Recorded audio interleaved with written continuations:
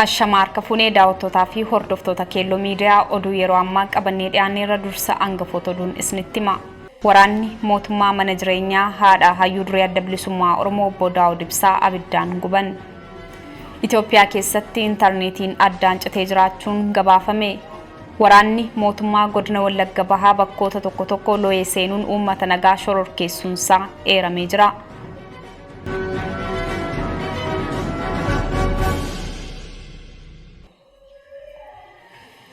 Daawwattoota keenya gara bal'ina oduuttan isin dabarsaa oduu kan isinitti mu'aan mooneet badhaasaati. Waraanni mootummaa mana jireenyaa haadha hayyuu duree adda bilisummaa Oromoo obbo Daawud Ibsaa abiddaan guban. Manni jireenyaa haadha hayyuu duree adda bilisummaa Oromoo obbo Daawud Ibsaa addee Alamee Gaarii waraana mootummaan gubachuunsaa gabaafame. Gabaasa keelloon argateen godina Horroo Guduruu Wallaggaa aanaa Horroo Bulluq ganda Guddisaa Bunaa jedhamu keessatti kan argamu manni jireenyaa haadha hayyuu duree adda bilisummaa Oromoo obbo Daawud Ibsaa addee Alamee Gaarii onkololeessa 27 barkuma 2014 waraanaa fi qaamolee mootummaa naannichaan abiddaan gubachuusaa odeeffanne.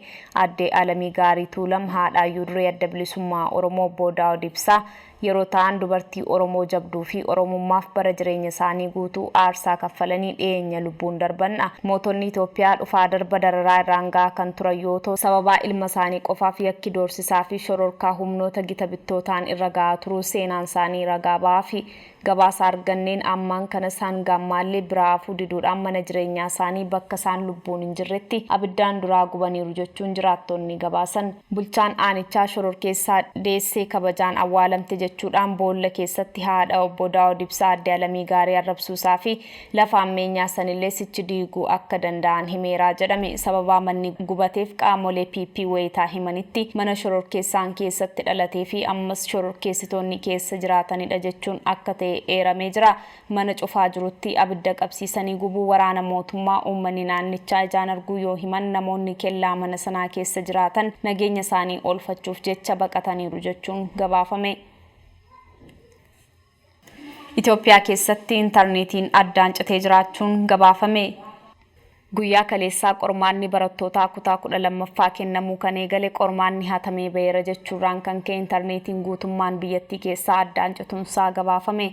Qormaata biyyoolessaa seensa yuunivarsiitii kennamaa jiru Oromiyaa bakkoota hedduutti akka hin laatamne taasifamuun komii guddaa kaasee jira.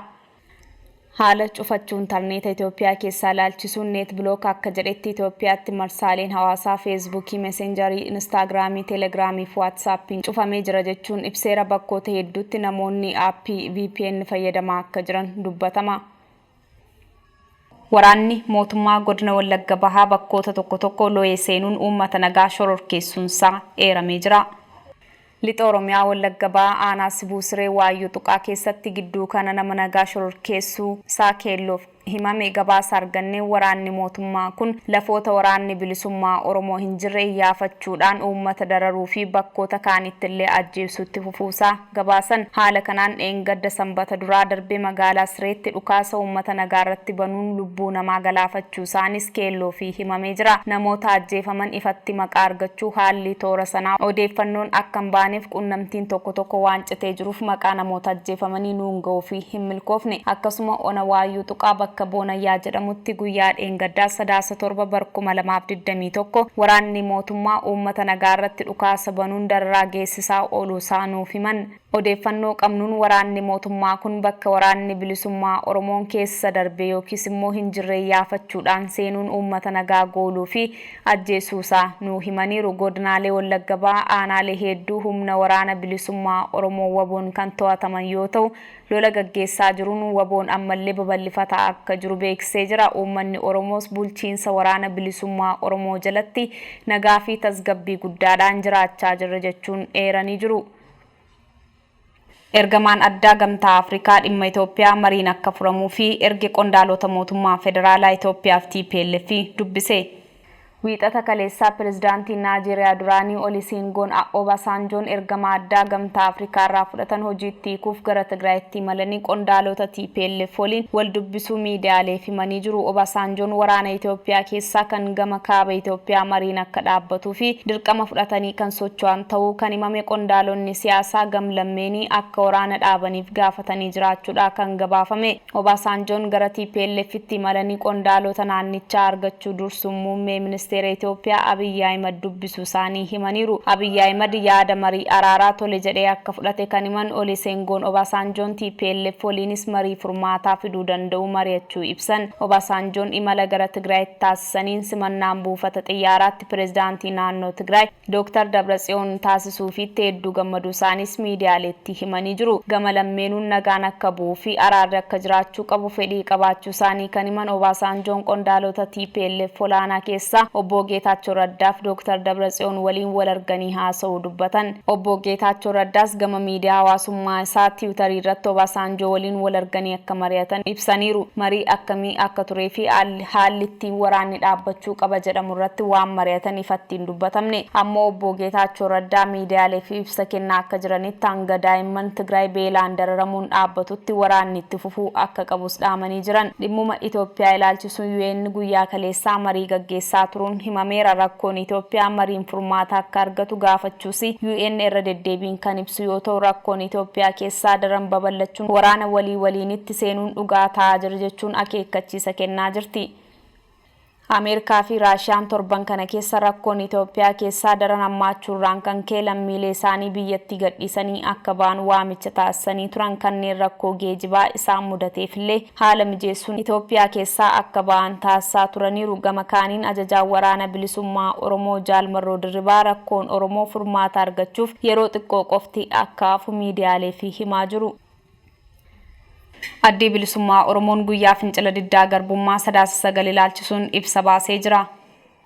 Sadaasa 9 kaayyoo dhaloonni qubee irratti wareegaman bakka hanga'uuf guyyaatti irbuu keenya haaroonfannuudha. Ibsa adda bilisummaa Oromoo Sadaasa 9 bara 2021. Sadaasa 9 bara 2021 baga nagaan geessan qeerroof qarreen bilisummaa Oromoo qabsoo bilisummaa Oromoo abaawoon ijaaramanii hoogganamuun adda durummaatiin hirmaatanii mirga hiree murteeffannaa uummata Oromoo akka mirkaneessanii fi Sadaasa 9 bara 2005 abaawoon fincila diddaa gabrummaa labsamuun ni yaadatama. Qeerroof qarreen bilisummaa Oromoo labsii abaawoo kan ofitti fuudhuun Sadaasa 9 bara 2005 sochii fincila diddaa gabrummaa gaggeessuu qofaa osoo hin taane imaammata tarsiimoof tooftaa fincilli diddaa gabrummaa kan sadarkaa Oromiyaa ittiin hoogganamu qiyyaasuun caasaan sochii bilisummaaf dimokiraasii qeerroof qarree bilisummaa biyyoolessa Oromiyaa bara 2011 ijaarame. Qeerroof qarreen guutuu Oromiyaa caasaa biyyoolessaa kana jala hiriiruudhaan qabsoo bilisummaa Oromoo abaawoodhaan hoogganamu kan Oromiyaa keessatti finiinsan qofaa osoo hin taane uummata bal'aa Oromoos qabsoo isaa hirmaachisanii seenaa qabsoo uummata Oromoo keessatti wareegama olaanaa baasaniiru. Wareegama ulfaataa adda durummaadhaan baasan kanaan kaayyoon abaawoo bifa iggitii qabuun kan uummata Oromoo keessatti gad dhaabbate. Sochiin fincila diddaa gabrummaa kun bara 2015 gara fincila xumura garbummaatti ol guddifame. Akka kanaan sochiin kun sadarkaa Oromiyaa fi impaayera Itoophiyaa qofaatti osoo hin taane sadarkaa ardii Afrikaatti illee sochii bilisummaaf dimokiraasii guddicha ta'ee mirkanaa'e. Qabsoon uummata Oromoo sadarkaa Oromiyaa fi impaayera Itoophiyaa qofaatti osoo hin taane sadarkaa addunyaatti humna guddaa ta'ee as ba'e. Sochii kanaanis mootummaan abbaa irree Itoophiyaa hundeerraa raafamee caccabuu eegale. Sochiin kun bifa qindaa'ee fi karaa nagaa qofaan qawweef taankii mootummaa dura dhaabbatee bara 2018 mootummaa abbaa irree EPRDF'n hoogganamu kuffisuu danda'eera. Wareegama lubbuu qaamaaf qabeenya guddaatti baasuudhaan sochii Sadaasa 9 bara 2015 eegalaniin mootummaa abbaa irree Itoophiyaa EPRDF'n hoogganamu bara 2018 kuffisuu irratti qeerroof qarreen bilisummaa Oromoo yoo milkaa'an illee kaayyoon isaan irratti wareegaman ammallee bakka hin geenye waan ta'eef Sadaasa 9 bara 2021 yeroo yaadannu kaayyoo qeerroof qarreen bilisummaa Oromoo kumaatamaan irratti wareegaman bakka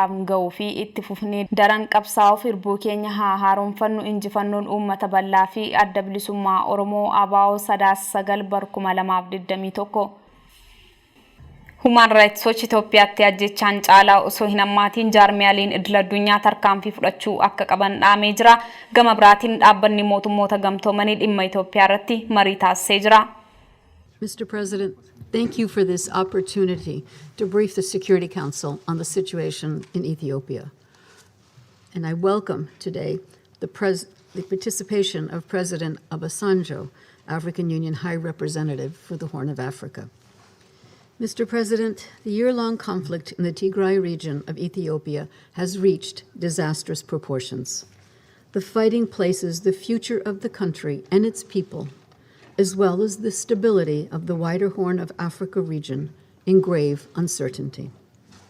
In recent days, Tigrayan forces have advanced southwards toward Addis Ababa, acting in coordination with the Oromo Liberation Army. The government of Ethiopia has declared a nationwide state of emergency.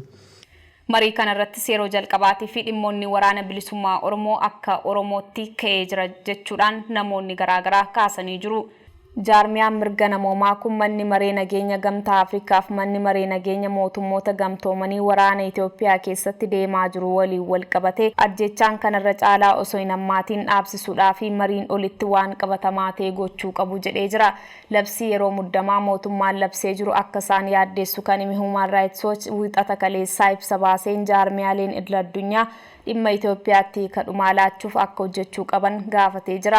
Qaamoleen lola Itoophiyaarraa qooda fudhataa jiran mirgoonni hawaasaa guutummaatti akka kabajamuu qabuu fi dirqama isaanii baachuu akka qabanis gaafateera. Kanaafis martuu gochaawwan daranuu dubbii hammeessanirraa akka of eeggatan gaafatee jira. Gamtaa Afrikaaf mootummaan gamtoomee dhimmicha gidduu seenee hatattamaan tarkaanfii fudhachuun gaagaama biyyattiitti deemaa jiru hambisuu qabu. Kanaan ala dirqama isaanii akka hin baannetti ilaalamaa jedha Daarekteerri Jaarmiyaa Mirga Dhala Namaa Kenneth Rose. Itti dabalee ibsa kenneen gama maraan qaamolee wal waraanaa jiran nageenya uummata meeshaa maleeyyii tiksuu irratti xiyyeeffachuu akka qaban gaafate. Akkasumas deeggarsi mirga namoomaa danqaa malee akka dhaqqabuu qabuu fi tumsa isaan irraa eegamu baachuu qabu jedhee jira. Lola deemaa jiru kanaan uummanni nagaan miidhamuu hin qabu yaada jedhu kan qabu jaarmiyaan kun nageenya lammiilee Itoophiyaa tiksuu fi tumsi biyyoota addunyaaf tarkaanfiin gamtaa Afrikaa fi mootummoota gamtoomaniin fudhatamu murteessaa ta'uu akeekeera.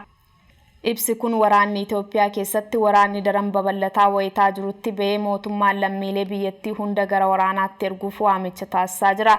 Lammiileen hojii idilee of harkaa qaban dhiisanii gara waraanaatti akka bobba'an mootummaan waamicha yoo taasisu, humnoonni mootummaa Itoophiyaa waliin wal waraanaa jiran ammoo gamtaa isaanii tolfachuu lola hundaa gaggeessaa jiran. Lolli TPLF kaaba biyyattii Tigraay keessa darbee amma naannoo Amaaraa gar-tokko yoo ga'u, naannoo Affaar keessatti illee babal'ataa jira. Naannoo Oromiyaa keessatti ammoo lolli waraana bilisummaa Oromoon taasisaa jiru gandoota baadiyyaarraa gara aanaa amma ammoo gara godinootaatti babal'ataa kan jiru ta'uun eeramee jira.